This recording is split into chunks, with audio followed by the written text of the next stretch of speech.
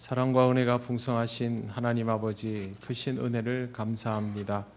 매우 무더운 날씨와 또 좋지 않은 일기 가운데서도 우리 통영교회에 속한 모든 권속들을 지켜주시고 주의 장중에 붙드심을 감사합니다. 우리가 늘 하나님의 손길 아래 있음을 잊지 않고 살아가도록 성령님 우리와 함께 하실 때에 부족한 우리의 심령을 깨우쳐 주시옵소서. 세상 속에 살아가다 보니 하나님을 의식하지 못할 때가 너무도 많습니다.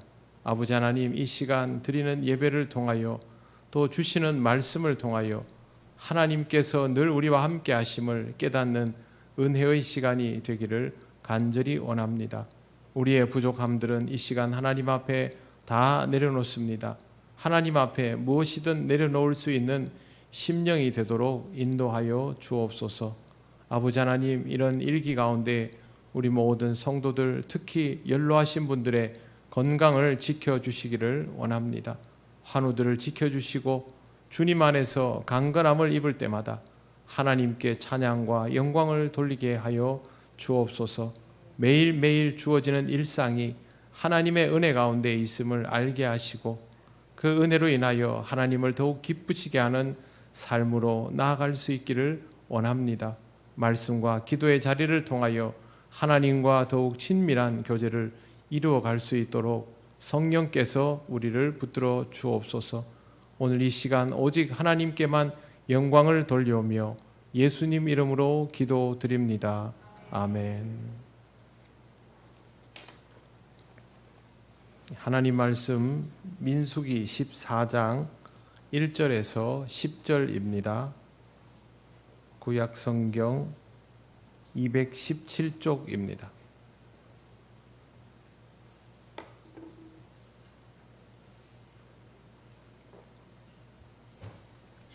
민수기 14장 1절에서 10절 말씀 한 절씩 교독하겠습니다. 온 회중이 소리를 높여 부르짖으며 백성이 밤새도록 통곡하였더라.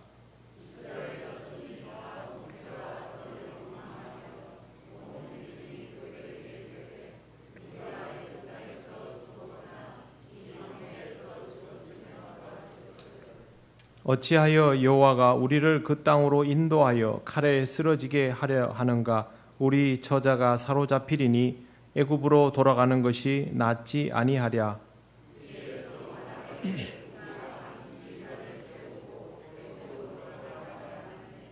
모세와 아론이 이스라엘 자손의 온 회중 앞에서 엎드린지라.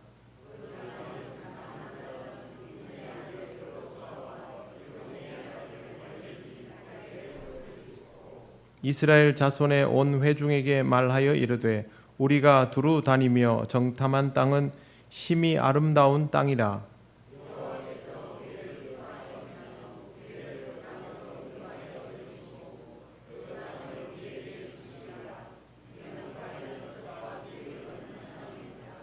다만 여호와를 거역하지는 말라. 또 그 땅 백성을 두려워하지 말라.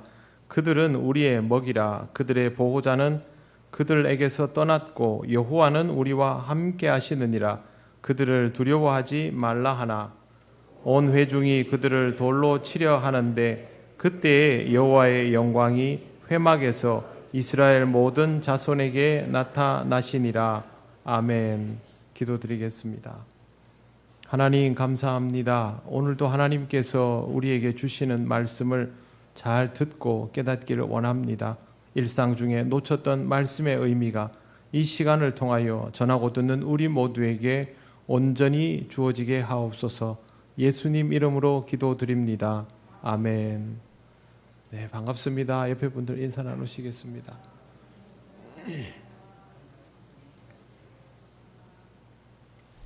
날씨가 굉장히 좋지 않은데 그래도 여러분들 건강한 얼굴 보니까 좋습니다. 장마는 을에 이르니까 건강관리 잘 하시고 강건하게 신앙생활 하시기를 바랍니다. 지난 시간에 정탐꾼들이 전해준 소식에 관한 이야기를 나누었습니다. 정탐꾼들이 기본적으로 주었던 정보는 땅은 굉장히 좋고 과실도 아주 풍성한데 문제는 그 성읍에 있는 사람들이 감당할 수 없는 사람들이다. 그리고 성읍은 너무 견고하고 우리가 상대할 수가 없다. 특히 안악 자손들이 있어서 그 사람들 앞에서는 우리가 메뚜기에 불과한, 메뚜기 같은 그런 사람들이다. 결론은 못 간다 였습니다. 그러나 여호수아와 갈렙은 다르게 표현했습니다. 우리가 능히 올라가서 칠 수 있다라고 말했습니다. 다수결에 의하면 물어볼 것도 없고 이미 민심은 여호수아와 갈렙이 아닌 나머지 정탐꾼들에게로 다 쏠려 있었습니다. 그래서 나온 결과가 1절 보십시오. 온 회중이 소리를 높여 부르짖으며 백성이 밤새도록 통곡하였더라. 초상났을 때하고 똑같은 상황입니다. 절망에 빠졌다라고 하기에는 부족할 만큼 울고불고 난리가 났습니다. 이제 막 이집트를 벗어난 것도 아니고 이집트를 완전히 벗어나서 이동한 지도 한참이 되어 가나안에 다다랐는데 가나안 땅을 다녀온 정탐꾼들이 도저히 공략할 수 없다 하니까 그러면 돌아갈 수도 없고 나아갈 수도 없지 않은가, 이런 것이죠. 사람이 곤경에 처하면 아무 말이나 막 하게 되는 경우가 있습니다. 지금 이스라엘이 앞으로 하게 되는 행동이 그러합니다. 2절을 보십시오. 이스라엘 자손이 다 모세와 아론을 원망하며 온 회중이 그들에게 이르되 우리가 애굽 땅에서 죽었거나 이 광야에서 죽었으면 좋았을 것을 어찌하여 여호와가 우리를 그 땅으로 인도하여 칼에 쓰러지게 하려 하는가. 우리 처자가 사로잡히리니 애굽으로 돌아가는 것이 낫지 아니하랴. 차라리 애굽 땅에서 죽었거나 광야에서 죽었으면 좋았을 것을 이라고 말합니다. 가나안에 들어가면 무조건 죽는다라고 생각하니 이런 말도 거침없이 하는 것입니다. 그러나 지금 이 사람들의 이 말은 자기들이 지금까지 여기까지 왔던 것 자체를 부정하는 말이 됩니다. 자식이 부모님 앞에서 힘들다고 스트레스 받는다고 차라리 날 낳지 말지 그랬어요, 이렇게 말하면 진짜 부모에게는 해서는 안 될 말이지 않습니까? 지금 이스라엘이 하나님 앞에서 하는 말이 이것과 조금도 다르지 않습니다. 이스라엘이 그대로 이집트에 있었으면 어떻게 되었을까요? 사람은요, 이상하게도 그런 상황을 벗어나면 잘 잊어먹습니다. 이스라엘이 이집트에 있었으면 그대로 남아 있었을까요? 그렇지 않습니다. 이스라엘은 어느 날부터 노예로 전락했고, 노예로 전락했을 뿐만 아니라 그들이 가지고 있던 고유의 민족적 정체성까지도 잃어가고 있었습니다. 자신들의 신분이 그대로 유지된 채로 고센에 계속 있었다면 뭐 어느 정도는 버틸 수 있었겠죠. 하지만 노예가 되었다는 게 무슨 뜻입니까? 고센에만 있지 못하고 계속 이집트인들과 섞여 살아야 하는데 하층민이라는 뜻이죠. 그러면 동화되는 것은 불을 보듯 뻔합니다. 아주 빠른 시간 안에 이스라엘의 특수성이 사라지고 그들이 가지고 있었던 신앙은 당연히 없는 것이고 그들이 이스라엘인인지 아닌지도 분간 못하는 상황이 금방 오는 것이죠. 한마디로 말해서 이 민족은 그대로 놔두면 소멸됩니다.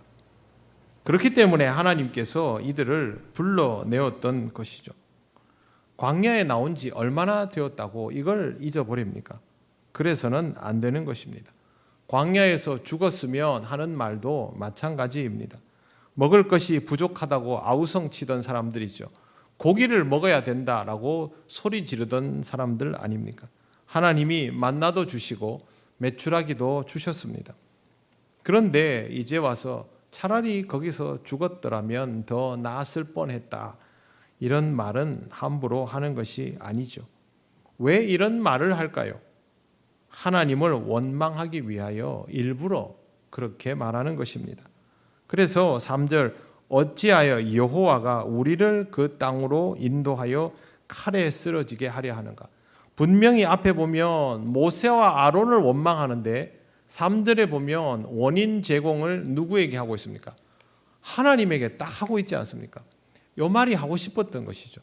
이스라엘은 몰라서 죄를 짓는 사람들이 아닙니다. 이스라엘은 다 알고 있습니다. 모세와 아론이 자신들의 지도자이지만 모세와 아론도 어쩔 수 없는 사람들이라는 것을 너무 잘 압니다. 그러나 우는 모세와 아론에게 떼는 것이죠. 그리고 원망은 하나님께 쏟아부으려고 작정을 한 것입니다. 이것은 하나님을 기만하는 일이죠. 하나님은 살려주시려고 이 백성을 인도해 내셨는데 이 백성은 하나님이 우리를 죽이려 한다라고 말하고 있습니다. 기가 막힌 일이죠. 그런데 우리도 이런 일을 합니다. 내가 원하는 것만 하나님께 말하고 내가 원하지 않는 것들을 경험하게 되면 또 내가 피하고 싶었던 것들을 만나게 되면 힘들다고 아우성을 치면서 하나님이 나를 힘들게 한다. 하나님이 나를 안 도와준다. 하나님이 나를 이 상황으로 몰아넣는다라는 생각을 합니다. 말은 안 하지요.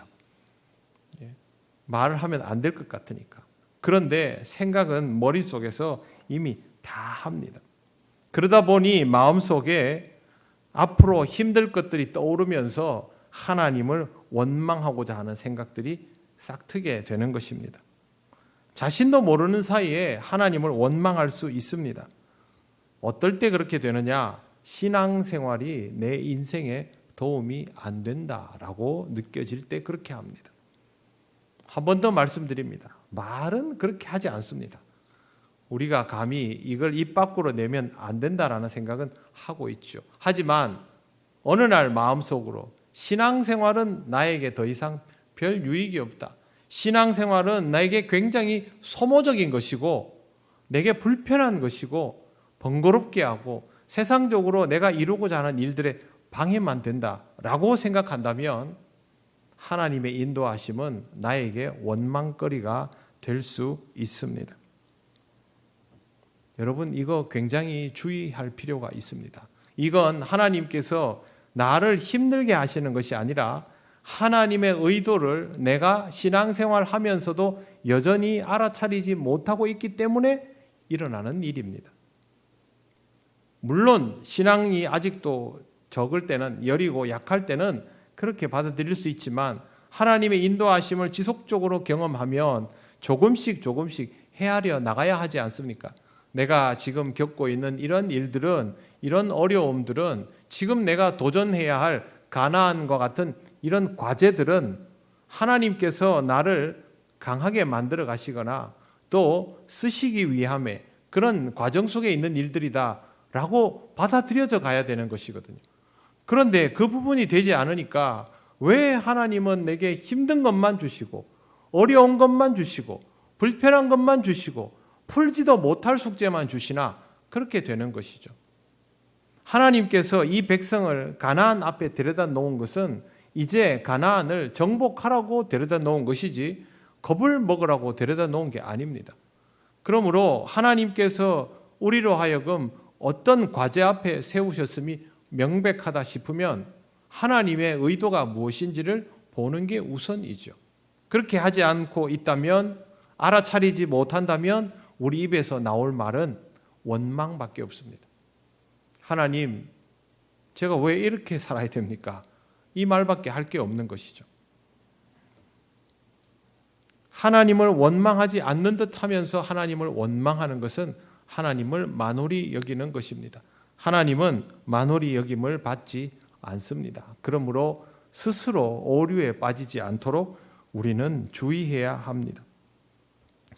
칼에 쓰러지고 우리 처자가 사로잡혀 간다라는 말은 아예 질 것을 염두에 두고 있는 말입니다. 물론 전쟁에 나갈 마음도 없지요.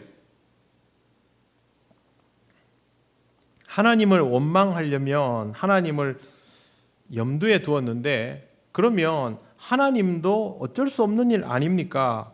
이런 식으로 차라리 원망을 해야지요. 하나님을 믿지도 않으면서, 하나님을 의지하지도 않으면서 원망만 하고 있습니다. 하나님, 보통 기도할 때 우리 그렇게 하지 않습니까? 하나님, 저는 두렵습니다. 자신이 없습니다. 이거는 제가 할 수 있는 일이 아닙니다. 이렇게 먼저 나와야 하지요. 그러나 이스라엘 백성은 그렇게 받아들이지 않습니다. 왜? 그들 눈앞에 현실이 먼저 와 있기 때문에 그렇습니다. 이스라엘 백성은 하나님을 원망하는 것에 머무르지 않고 행동에 옮겼습니다. 4절 보십시오. 이에 서로 말하되 우리가 한 지휘관을 세우고 애굽으로 돌아가자 하매. 자기들끼리 지휘관을 세우자는 말을 주고받기 시작합니다. 그 말은 금세 퍼져나갑니다. 어쩌면 사전에 모의하고 나왔을 수도 있습니다. 지휘관을 세우겠다라는 말은 반역을 하겠다는 뜻입니다. 일반적인 군주라고 해도 반역은 심각한 문제가 되는데, 문제는 이스라엘의 지휘관은 자기 스스로도 어찌하지 못하는 사람들이라는 데 있습니다. 모세와 아론이 자기 뜻대로 지금까지 할 수 있는 일이 있었습니까? 하나도 없었습니다. 전부 하나님의 지시를 받아서 전달하고 그것이 이행되는지 여부를 확인한 것이 다였죠. 이런 지휘관들을 앞에 두고 새로운 지휘관을 내세우자라고 말하는 것은 하나님께서 세우신 지휘관은 필요 없다라는 뜻이죠. 우리는 우리가 원하는 지휘관을 세워서 우리의 의도를 반영시키겠다, 그런 말 아닙니까? 그렇기 때문에 이것은 세상적인 의미에서의 반역과는 다른 차원입니다. 이것은 하나님에 대한 정면 도전입니다. 얼마나 무서운 말을 뱉었는지 이 사람들이 알까요, 모를까요? 모릅니다. 왜 모를까요? 생존의 문제이기 때문에 그런 거 생각하지 않습니다. 우리는 살아야 되겠다. 살고 보자. 하나님이고 뭐고 모세고 뭐고 살고 보자, 이거죠. 그렇다고 해서 이렇게 할 수 있는 것이 아니다라는 것을 말씀드립니다. 왜 그러냐 하면 모세에게는 항상 하나님께서 함께 하시기 때문이죠. 모세가 서 있을 때는 하나님을 의식해야 하지 모세를 의식해야 하는 것이 아닙니다.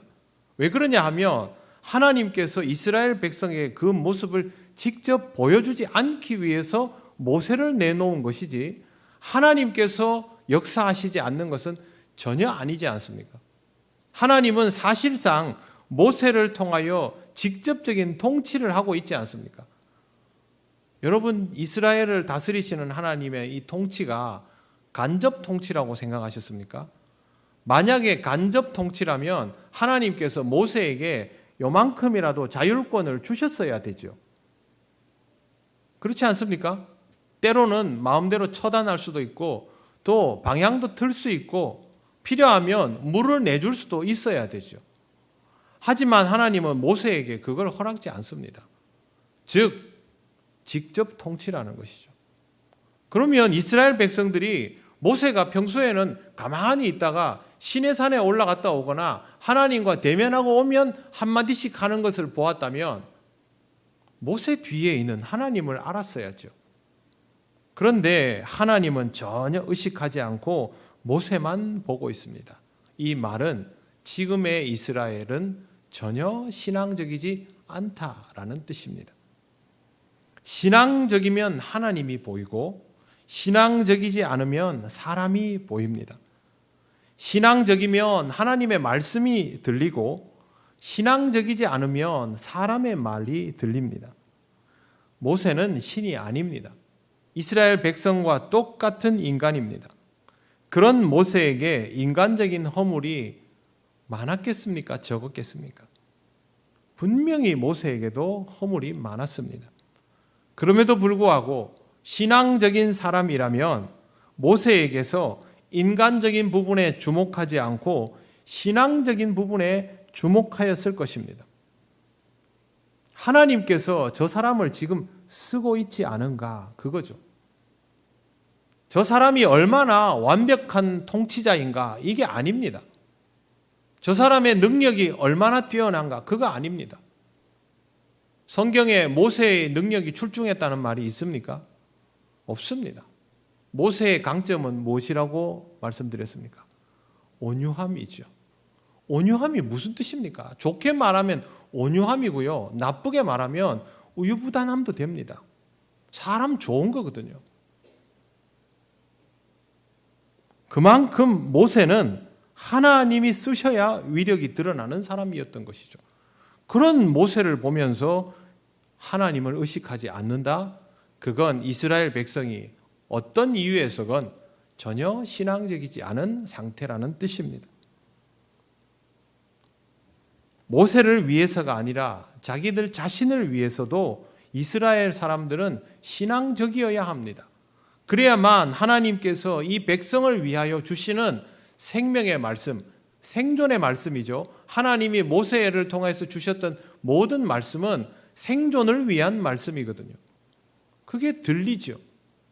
그런데 신앙적이지 않으니까 모세가 뭘 조금 부족한 게 보이고 잘못된 판단이라도 하면 기다렸다는 듯이 그것에 대해서 딱 걸고 넘어갔던 거죠. 그것도 제일 가까이 있던 형제들부터 그러했습니다. 여러분, 지도자의 형제나 지도자의 측근이 지도자에 대해서 지적을 하며 다른 사람들은 뭘 생각하겠습니까? 아, 저 사람에게 저렇게 해도 되는구나. 똑같이 인간적으로 바라보지 않겠습니까? 모세를 위해서가 아닙니다. 이스라엘의 신앙적인 유지를 위해서 이 부분이 아주 중요했다는 것입니다. 우리가 신앙적으로 살아가는 것은 누군가를 위한 것이 아닙니다. 신앙적 안목을 가지고 살아가는 것은 하나님을 위해서가 아닙니다. 하나님을 위해서 신앙생활을 한다고 생각하니까 이게 자꾸 억지로 하는 게 되죠. 하기 싫어도 해야 되는 게 되고 힘들어도 해야 되고.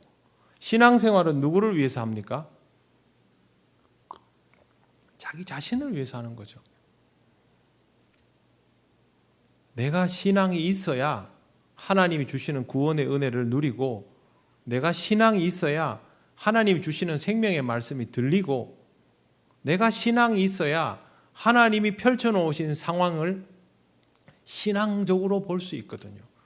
그래서 신앙생활은 자기를 위해서 하는 겁니다. 이 점을 명심하시기 바랍니다. 그래서 상황이나 조건에 상관없이 기본적으로 신앙적인 안목과 관점을 가질 수 있도록 늘 훈련을 하시기를 바랍니다. 세상적으로 보이는 것들 많지 않습니까? 사람을 보면 인간적으로 당연히 보이지 않습니까? 그러나 그렇게 보지 않으려고 노력하셔야 됩니다. 이거는 노력하지 않으면 그렇게 보이게 되어 있습니다. 우리가 이 땅을 살아온 생존의 방식들이 우리로 하여금 사람이나 사물이나 상황이나 사건을 인간적으로 보도록 최적화시켜주기 때문에 우리 자신이 그렇게 보지 않으려고 애를 써야 합니다. 여러분, 교회에서는 이거 잘 하시지 않습니까? 교회에서 이거 하는 이유가 교회 밖에서도 할 수 있으라고 연습하는 겁니다. 항상 신앙적으로 보기 위해서 노력하시기 바랍니다. 다음 구절에도 그게 얼마나 중요한지가 보입니다. 5절을 보십시오. 모세와 아론이 이스라엘 자손의 온 회중 앞에 엎드린지라. 이스라엘 자손들 앞에 엎드려 있는 모세와 아론의 모습이 보입니다. 그냥 보면 어떤 그림이겠습니까? 백성이 흥분해 있고 위압적인 자세로 소리를 지르고 난리를 치면, 지도자들이 엎드려 있다면 이건 백성에 의해서 두려움을 느껴 엎드리는 모양새가 되지 않습니까? 그런데 오늘 이 말씀에 나오는 엎드렸다라는 표현은 두려움에 의해 엎드렸다는 것이 아니고 높은 자 앞에 낮은 자로 엎드려 있다라는 뜻입니다. 그러면 모세와 아론이 엎드린 것은 백성 앞에 엎드린 겁니까? 하나님 앞에 엎드린 겁니까? 하나님 앞에 엎드린 겁니다. 모세와 아론이 엎드리면 혹 백성 중에 우리가 이렇게 소리를 지르고 화를 내니까 두려운가 보다라고 생각하는 이가 있을지도 모르겠습니다. 뭐 그럴 수 있겠죠. 그러나 이 말씀은 그런 것이 아닙니다. 지금 이 말도 안 되는 행동을 보면서 하나님의 진노하심에 대해서 의식하고 엎드린 겁니다. 여러분, 여기 말고 어디에 모세가 백성을 두려워하고 이런 표현들이 한 번이라도 나옵니까? 아론은 뭐 그럴 수 있다 치고 모세는 그러지 않습니다. 그런 모세가 엎드려 있다는 것은 하나님께서 이 상황을 보고 계시기 때문에 그렇게 하는 겁니다. 하나님은 모든 상황을 다 보십니다. 그리고 판단도 하십니다. 신앙의 사람은 이것을 두려워할 줄 알아야 합니다. 세상을 보십시오. 전쟁을 하면서도 두려움이 없고 죄와 악에 물들어 살아가면서도 두려움이 없습니다. 타인을 힘들게 하고 아프게 하면서도 두려움이 없습니다. 오로지 자기의 이익, 자신의 필요를 채우는데 급급하고 만약 이게 되지 않으면 발악을 합니다. 우리는 이런 시대 속에서 어떤 삶을 살아가고 있을까요? 이스라엘 백성처럼 두려움에 발악을 하는 사람들일까요? 아니면 모세와 아론처럼 하나님을 의식하고 하나님 앞에서 엎드리는 사람일까요? 우리는 모세와 아론처럼 하나님 앞에서 엎드리는 사람이 되어야 합니다.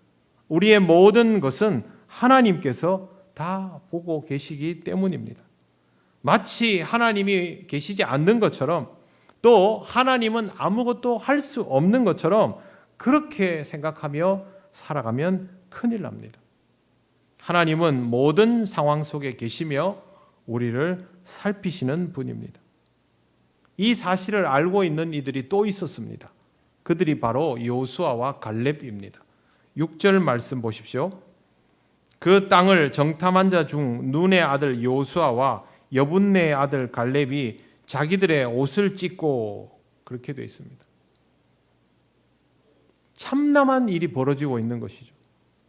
하나님의 인도하심을 따라 광야에 나와서 지금까지 목숨이 붙어 있는 한 200만 명 되는 이 군중이 하나님께서 지금까지 지켜주신 것은 온통 다 부정하고 하나님을 원망할 뿐만 아니라 하나님이 세워준 지도자를 위협하고 하나님 앞에서 감히 반란을 꾀하고 마치 하나님께서 지금까지 아무 일도 하시지 않은 것처럼 그렇게 말하고 있는 이 모습이 너무도 참담했던 것이죠.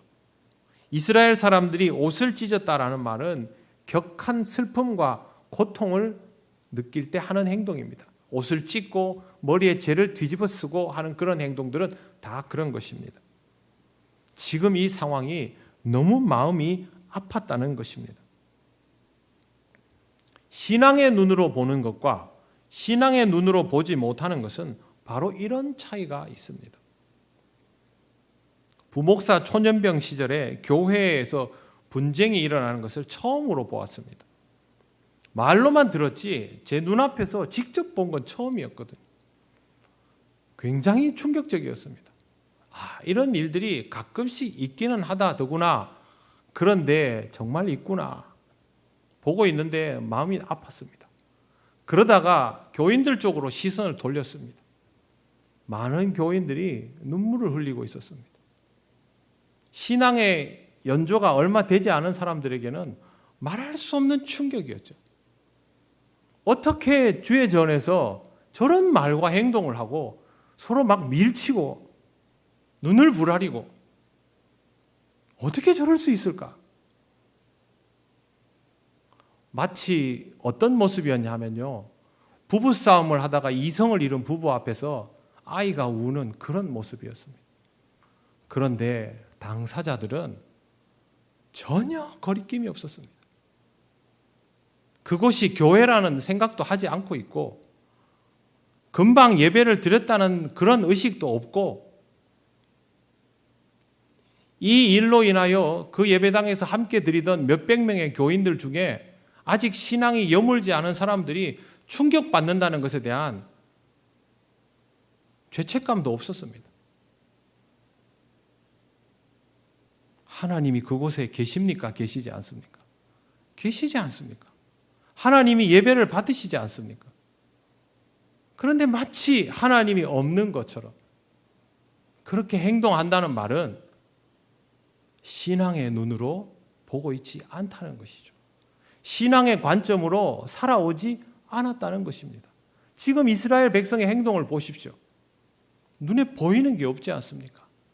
그런데 이 광경을 보며 아직도 어린 여호수아는 그리고 함께 정탐을 다녀온 갈렙은 참남함을 금할 수 없습니다. 왜? 하나님께서 보고 계신데 어떻게 이렇게 할 수 있느냐는 거죠. 이게 바로 신앙의 눈으로 보는 것과 신앙의 눈으로 보지 않는 것의 차이입니다. 이 사람들은 안타까운 마음에 이렇게 말합니다. 7절 보십시오. 이스라엘 자손의 온 회중에게 말하여 이르되 우리가 두루 다니며 정탐한 땅은 심히 아름다운 땅이라 여호와께서 우리를 기뻐하시면 우리를 그 땅으로 인도하여 들이시고 그 땅을 우리에게 주시리라. 이는 과연 젖과 꿀이 흐르는 땅이니라. 7절과 8절 말씀 마지막에 보시면 심히 아름다운 땅 그리고 젖과 꿀이 흐르는 땅이라고 되어 있습니다. 이건 다른 정탐꾼들도 다 했던 말이죠. 객관적인 사실입니다. 그런데 차이가 있습니다. 뭐냐 하면 8절 앞에 보십시오. 여호와께서 우리를 기뻐하시면 우리를 그 땅으로 인도하여 들이시고, 이게 차이입니다. 다른 10명의 정탐꾼은 땅은 너무 좋지만 우리가 상대할 수 있는 적이 아니니 들어갈 수 없다 였는데, 여호수아와 갈렙은 여호와께서 우리를 기뻐하시면 우리를 그 땅으로 인도하여 주실 건데 그러면 된다는 거죠. 이게 신앙입니다. 바로 이 관점을 가지고 있기 때문에 여호수아와 갈렙은 이런 말을 할 수 있었던 것이죠. 잘 보십시오. 이스라엘 백성과 10명의 정탐꾼은 객관적인 사실을 말했습니다. 나름의 데이터를 가지고 40일 동안 정탐한 게 그냥 허투루 한 것은 아니겠죠. 그런데 여호수아와 갈렙은 신앙적인 사실을 말하고 있습니다. 객관적 사실과 신앙적 사실 중에 어느 것에 무게를 실어야 할까요? 교회 밖에 나가면 객관적 사실에 무게를 실어라 하겠죠. 그러나 우리 믿는 자는 신앙적 사실에 무게를 싣는 사람이 되어야 합니다. 다윗과 골리앗이 싸우면 누가 이길까요? 라고 질문하면 사람들이 뭐라고 대답할까요? 당연히 골리앗이 이기겠죠. 기드온이 300명의 용사를 데리고 밤에 적군에게 들어가서 항아리를 들고 돌아다니면 이 전쟁을 이길 수 있을까요? 못 이기죠. 두 눈을 뽑힌 삼손의 머리가 다시 자라난다고 해서 블레셋 사람들을 몰살시킬 수 있을까요? 못하지요. 이게 객관적 사실입니다. 그러나 하나님은 이 객관적 사실에 신앙적인 사실을 더하여 주시는 분이지 않습니까? 이스라엘에게 여기에 대한 경험이 없습니까? 있지 않습니까? 이스라엘 백성은 이미 10번의 재앙이 이집트에 내려지는 것을 직접 보았지 않습니까? 말도 안 되게 홍해를 건넜지 않습니까? 광야에서 길도 모르는데 하나님이 길을 일러주셔서 가나안 앞까지 지금 다 와 있지 않습니까? 한 번도 가보지도 못한 길을 밤에도 낮에도 오합지졸에 불과한 이 무리를 조직을 만들어 주시고 하나님 앞에 예배하는 방법까지 다 알려주셔가지고 신앙적으로 흐트러지지 말라고 훈련까지 시켜주셨지 않습니까? 이스라엘 백성에게 신앙적 사실과 객관적 사실은 사실 구별이 필요 없는 겁니다. 왜? 그들은 지금 하나님과 동행하고 있거든요. 이런 사람들이 이때까지 자기들이 신앙적 사실에 의거해서 여기까지 온 사람들이 왜 갑자기 여기 와가지고 갑자기 객관적 사실에 따르려 합니까? 여러분 신앙생활 해 오시면서 객관적인 정보만 가지고 이해할 수 없는 일들을 경험해 보신 적이 있습니까? 없습니까? 일반적으로는 안 되는 상황인데 이건 실패할 수밖에 없는 일인데 하나님의 은혜로 고비를 넘겨보신 적이 있습니까? 없습니까? 다 있지 않습니까? 그게 객관적입니까? 그게? 환난과 질고 가운데 평강을 누리며 은혜로 나아갈 수 있습니까? 없습니다. 그런데 우리는 그렇게 살아왔지 않습니까? 여러분의 인생의 어려움들이 그토록 많았는데 그 고비들을 다 넘기고 하나님 앞에 찬송하는 사람으로 오늘도 살고 있지 않습니까? 이게 객관적 사실입니까? 신앙적 사실이지.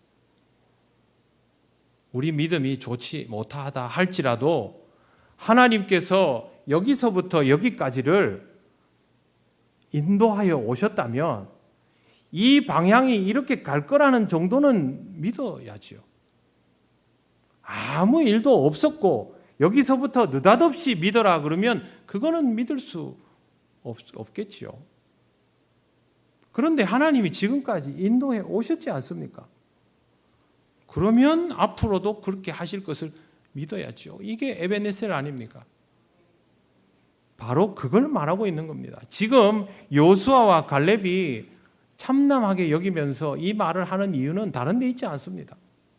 하나님이 그동안 우리를 인도해 오셨지 않는가? 어떻게 그걸 경험하고도 그 땅 사람들과 성읍만 보고 두려움에 떠느냐? 그 말입니다. 거기다 더 나아가서 하나님을 마구 원망까지 하고 지도자를 갈아치우려고 하고 옷을 찢게 되어 있지요. 여러분 믿음이 약해질 때는 그동안 하나님께서 나를 인도하여 오셨던 것을 잘 돌이켜 보시기를 바랍니다. 그것만으로도 우리의 믿음은 다시 회복될 수 있습니다. 그리고 객관적 사실 중요합니다. 저도 객관적 사실 굉장히 중요하게 여기는 스타일입니다. 그러나 우리에게는 하나님의 손길이 있습니다. 그러므로 객관적 사실로 모든 것을 판단하지 마시고 하나님께 뜻을 묻고 들으시며 신앙적 사실을 가지고 살아가시기를 바랍니다. 그래야 우리 앞에 있는 한계나 환난이나 숙제를 풀어갈 수 있습니다. 그 일을 풀어가시는 이는 우리가 아니고 하나님이십니다. 여호수아와 갈렙의 말을 마지막으로 보겠습니다. 9절 10절 보십시오. 하나님께서 우리에게도 주시는 말씀입니다. 다만 여호와를 거역하지 말라. 또 그 땅 백성을 두려워하지 말라. 그들은 우리의 먹이라. 그들의 보호자는 그들에게서 떠났고 여호와는 우리와 함께 하시느니라. 그들을 두려워하지 말라. 우리가 꼭 기억해야 될 하나님의 말씀입니다. 하나님은 우리와 함께 하시고 그들에게는 아무도 없다는 것이죠. 그런데 9절 마지막에 보십시오. 두려워하지 말라 하나 10절 온 회중이 그들을 돌로 치려 하는데 안 듣습니다. 그때 여호와의 영광이 회막에서 이스라엘 모든 자손에게 나타나시니라. 결국 하나님은 임재하십니다. 그런데 이렇게 임재하시면 이스라엘에게 좋을 리 있겠습니까? 신앙적인 권면을 듣지 않으면 하나님의 더 강한 경고가 올 수밖에 없지 않습니까? 그래서 우리는 하나님께서 이렇게 주의 종을 통해서 권면하면 신앙적으로 들을 수 있도록 애를 써야 됩니다. 우리가 매일 말씀을 읽고 기도하는 이유는 바로 여기에 있습니다. 이 부분은 다음 주에 더 자세히 보겠습니다. 여러분 무엇보다도 신앙적인 사실에 입각하여 살아가는 하나님의 백성이 되시기를 바랍니다. 함께 기도드리겠습니다. 우리가 하나님을 믿는다 하면서도 하나님을 의식하지 않고 살아갈 때가 많고 그러다 보면 신앙적 관점 자체를 잃어버리기도 합니다. 후회도 많이 하지만 이런 일들이 너무 많습니다. 바로 이때 성령의 도우심이 필요합니다. 다 같이 이렇게 기도드리겠습니다. 하나님, 우리가 시험에 들 때 우리를 깨워 주소서. 의식하지 못하면 의식되게 하시고 어리석은 백성처럼 하지 않고 여호수아와 갈렙처럼 신앙적으로 반응하는 사람들이 되게 하여 주옵소서. 다 같이 기도드리겠습니다. 아버지 하나님, 은혜를 감사합니다. 하나님, 우리가 사람들과 다를 바가 무엇이겠습니까? 그러나 하나님께서 우리를 지금까지 지키시고 인도하여 주셨기에 오늘도 신앙적으로 살며 예배자로 살아갑니다. 아버지 하나님, 우리는 부족하여서 또 세상적인 관점만 가지고 삶을 바라볼 때가 많사오니 성령께서 우리를 깨우시고 이끌어 주셔서 객관적인 사실만 보지 않고 신앙적 관점에서 바라볼 수 있는 사람이 되게 하여 주옵소서. 우리는 두려우나 하나님이 함께 하시면 그 일들을 믿음으로 능히 헤쳐나가며 감당할 수 있음을 알게 하시고 하나님의 인도하심을 따라 담대하게 그 길을 갈 수 있는 우리가 되게 하여 주옵소서.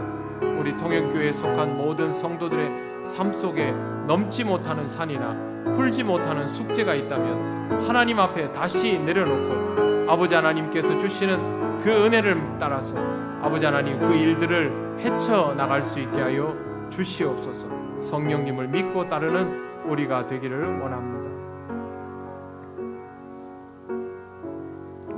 하나님 아버지, 은혜를 감사합니다. 우리가 믿음이 약한 사람인 것을 잘 아시오니 우리의 마음이 흔들릴 때마다, 한계를 경험할 때마다 성령께서 우리를 붙드시고 이끌어 주시기를 원합니다. 늘 좌절하였던 그 문턱에서 넘어설 수 있도록 아버지 하나님 우리와 함께 하시고 우리로 하여금 신앙의 극복이 있게 하여 주시옵소서. 힘들 때마다 주를 찾으며 주를 따르는 백성이 되기를 원합니다. 하나님께서 주시는 담대함을 가질 수 있기를 원하며 모든 상황에서 하나님을 의식할 수 있는 우리가 되기를 원합니다. 우리 통영교회에 속한 모든 성도들이 하나님으로 인하여 영적 승리를 맛보게 하옵소서. 예수님 이름으로 기도드립니다. 아멘.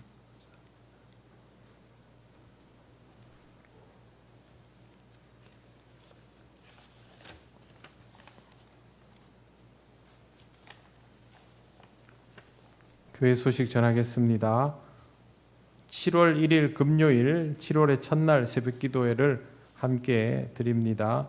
5시 30분 1교육관입니다. 기도는 장점자 원사님입니다. 다음 주일은 맥주감사주일입니다. 지난 6개월 동안 하나님이 인도하여 주셔서 또 다음 시간들을 누릴 수 있게 되었습니다. 하나님께 감사하는 여러분 되시기 바랍니다.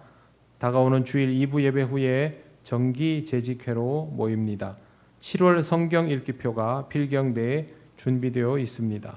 제48회 전국 장로 수련회가 7월 6일 수요일부터 8일 금요일까지 경주 더 K 호텔에서 있습니다. 교회학교 여름 행사 안내가 주보에 나와 있습니다. 유치부, 중고등부, 아동부 행사를 기도하며 준비하고 있는데요.